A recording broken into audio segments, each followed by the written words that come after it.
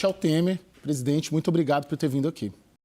Olá, eu sou Matheus, repórter digital do canal Saiu no Diário Oficial Notícias. Se inscreva e ative o sino para receber notícias diárias sobre os principais acontecimentos da política brasileira, como, por exemplo, decretos presidenciais, decisões do STJ e STF e muito mais.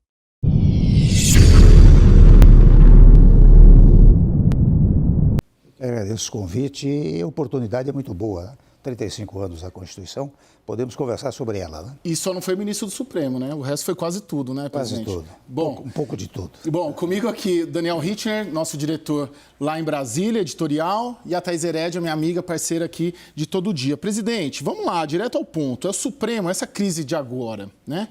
É o Supremo que ganhou muito poder e não quer perder? Ou é o Congresso que perdeu poder e quer retomar esse poder? Você sabe, Caio, que há uma discussão equivocada sobre esse ponto. Você sabe que, na verdade, você veja, a jurisdição é algo inerte, né? Quer dizer, o Supremo só decide se for provocado. E quem mais provoca o Supremo Tribunal, na verdade, é a classe política. Quantas e quantas vezes eu, na presidência da Câmara, eu verificava que quando certos grupos não faziam prevalecer a sua vontade de natureza legislativa, iam bater nas portas do Supremo Tribunal Federal. E o Supremo, naturalmente, provocado, precisa decidir. E o Supremo tem duas formas de decidir. Ou pela via literal, quer dizer, quando a literalidade do texto é muito forte, não há o que decidir se não aplicar a letra da lei. Mas muitas e muitas vezes o Supremo decide pela interpretação sistêmica. Ou seja, você pega dois exemplos concretos. Fidelidade partidária, por exemplo, não está prevista no texto nacional. Foi sistemicamente que o Supremo acabou decidindo. A anencefalia, igualmente, não há previsão literal, mas o sistema permitiu que se decidisse dessa maneira. E agora ainda, quando se discute a questão do aborto, a questão das drogas, etc., o Supremo está sendo provocado, né? Ele está decidindo questões que foram levadas a ele. Muito bem, eu acho que o Supremo pode fazer uma interpretação, eu não discuto se é correto ou incorreta, essa é uma questão de interpretação jurídica, mas pode fazer uma determinada interpretação e o Legislativo exercer o seu papel, ou seja, ele pode imediatamente propor uma emenda constitucional, aprovar uma emenda constitucional, e aí tem que ser por emenda constitucional, não pode ser por lei, porque, na verdade, nessas questões todas, o Supremo tem decidido pela constitucionalidade ou inconstitucionalidade. Então, proposta uma emenda constitucional, vamos dizer, sobre um tema que o Supremo tenha decidido. É claro que não vai mais prevalecer aquela decisão do Supremo, porque há um sistema normativo novo.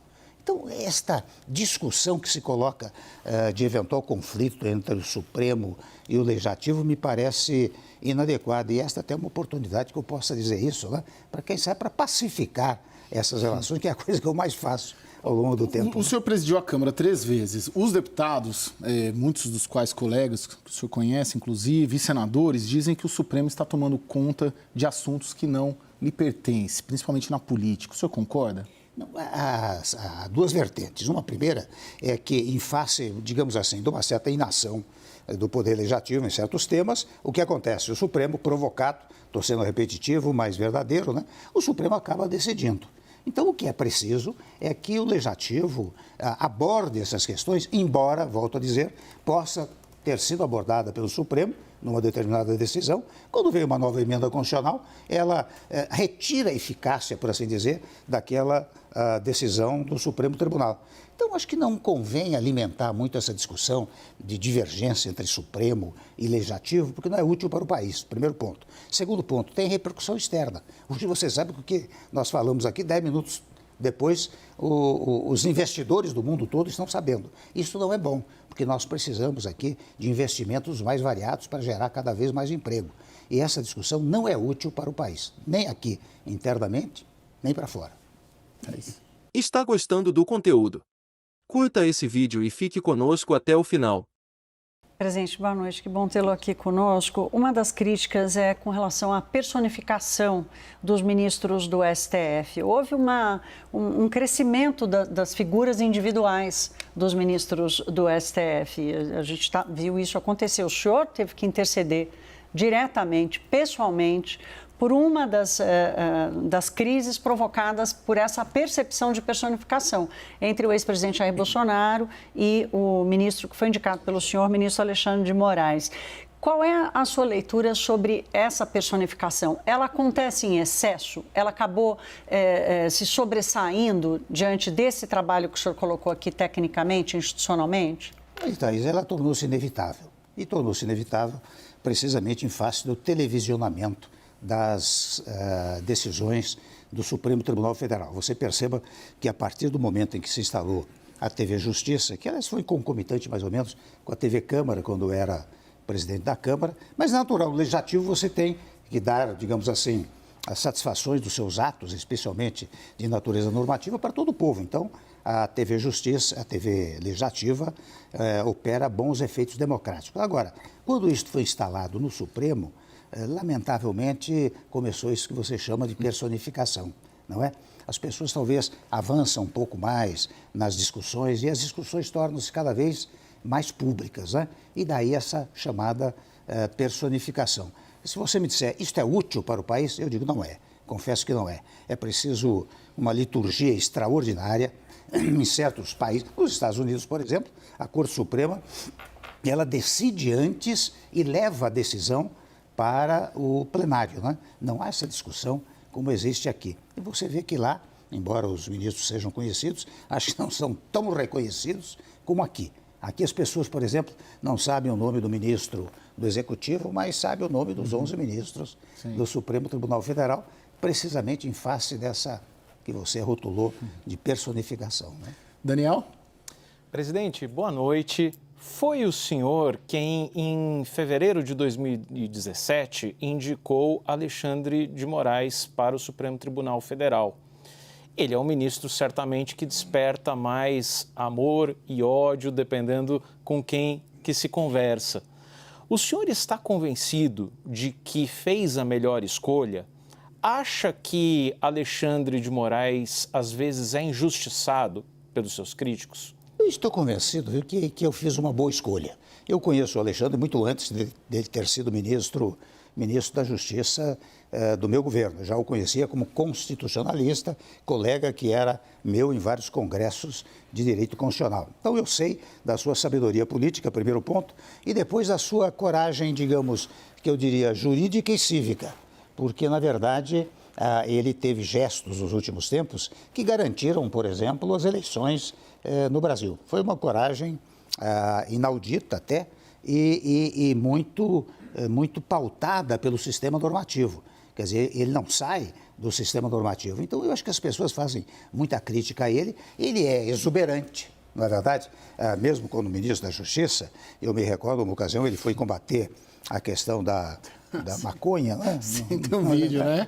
Coitando. E ele é exuberante, né? Ele foi lá, pegou e cortou lá no Paraguai pés de maconha. Então, ele é muito exuberante, mas é uma boa exuberância, especialmente nos últimos tempos em que, digamos assim, num dado momento se imaginou que a democracia corresse esse risco, foi Alexandre quem manteve com uma coragem cívica extraordinária, mas especialmente com argumentos jurídicos também exponenciais. Se imaginou porque não me arrependo, não, da nomeação. Se imaginou porque o senhor não acredita que ela fosse real, essa ameaça à democracia, presidente? Olha, acho que houve muita discussão em torno da possibilidade de quebra do regime democrático. Mas aqui, para mim, pela relativa quilometragem política e jurídica que eu tenho ao longo do tempo, né, eu não acreditei nunca que pudesse haver uma quebra da democracia. Porque, vou dizer a você, Thaís, falava-se em golpe. Golpe só é possível se as Forças Armadas quiserem. Se as Forças Armadas não fizerem, não há golpe no país. Não é um grupo